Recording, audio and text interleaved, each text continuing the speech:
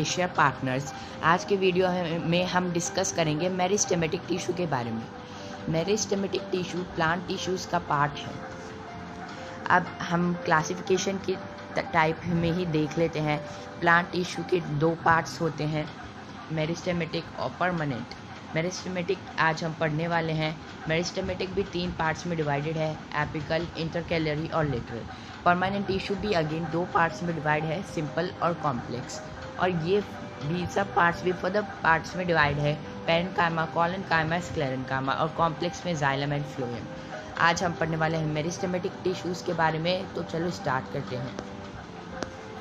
पहले हम डिफरेंस देख लेते हैं मेरिस्टेमेटिक टिश्यू और परमानेंट टिश्यू में।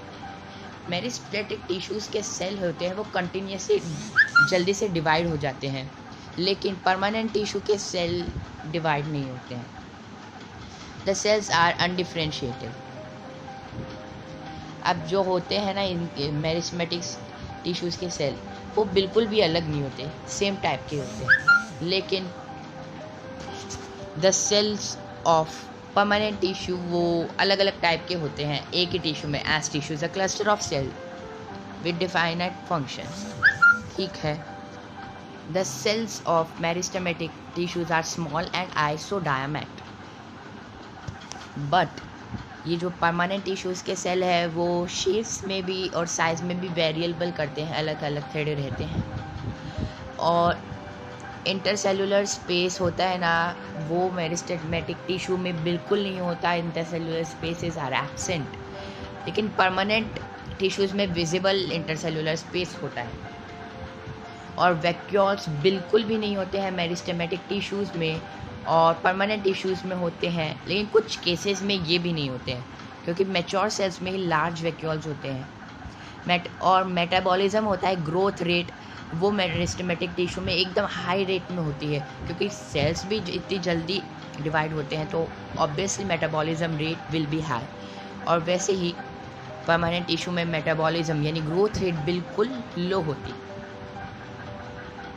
मेरिस्टेमेटिक टिश्यू की सेल वॉल एकदम थिन होती है, और परमानेंट टिश्यू की थिन भी हो सकती है और थिक भी हो सकती है। बात एक है कि मेरिस्टेमेटिक टिश्यू जब एकदम मैच्योर हो जाते हैं और एकदम परमानेंट शेप ले लेते हैं ना, तब वो परमानेंट टिश्यू बन जाते हैं और वो फंक्शन भी परमानेंट परफॉर्म करने लग जाते हैं। अब मेरिस्टेमेटिक टिश्यू की बात करते हैं।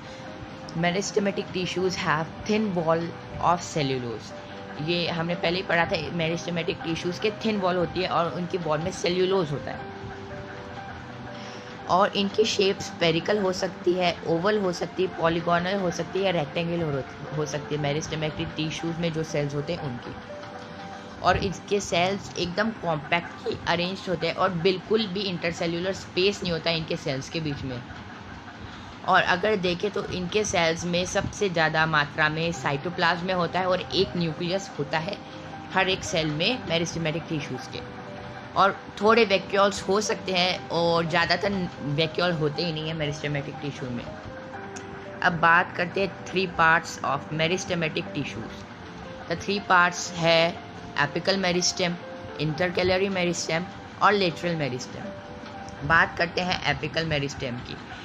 एपिकल मेरिस्टेम होते हैं वो प्रेजेंट होते हैं root and shoot tips. Root and shoot tips में, रूट और शूट तो आप जानते ही होंगे।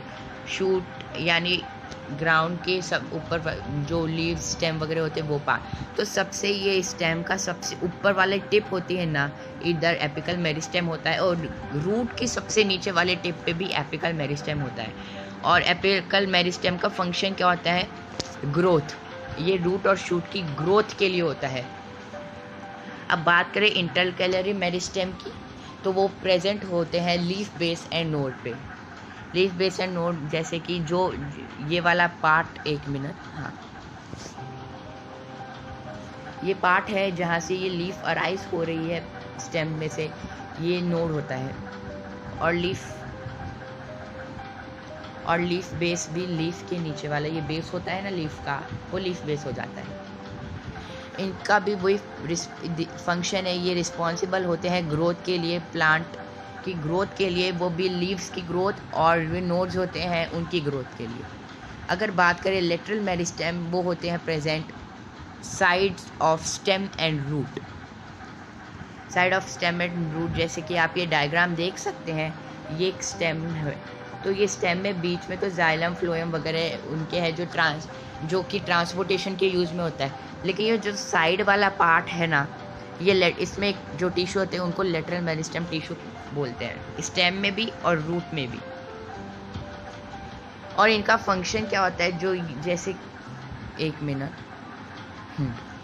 इनका फंक्शन क्या होता है, they are responsible for increase in diameter of stem and root. Diameter, अगर ये जो डायमीटर है ये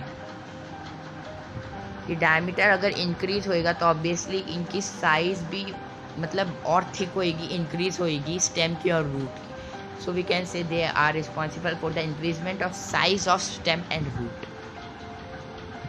एक और ब्लैक एंड वाइट डायग्राम देख ही लेते हैं। Apical meristem shoot and root tips में होता है, इंटरकैलरी बेस, लीफ बेस और नोड्स में होता है, और लिटरल मेरिस्टेम होता है sides of stem and roots. ये वही फंक्शंस है, बस एक बार आप रिमाइंड कर सकते हैं, सेम फंक्शंस है। आप वीडियो को पॉज करके देख लीजिए, सेम है।